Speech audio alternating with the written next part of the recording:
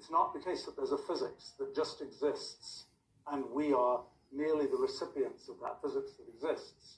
What exists in general is this whole ruliad, and the slice that we perceive because we have the methods of perception that we have.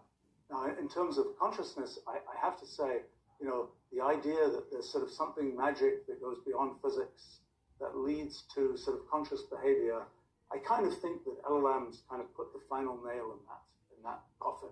Because I kind of think that, there were all these things where it's like, oh, maybe it can't do this, but actually it does, and it's just an artificial neural net. I think our notion of consciousness is a lot related to the fact that we believe in the single thread of experience that we have.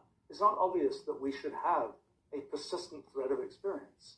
In our models of physics, we're made of different atoms of space at every successive moment of time.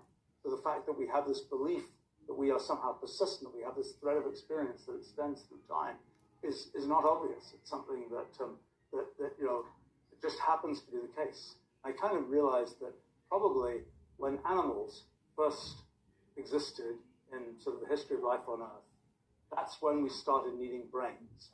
If you're a thing that doesn't have to move around, the different parts of you can be doing different kinds of things.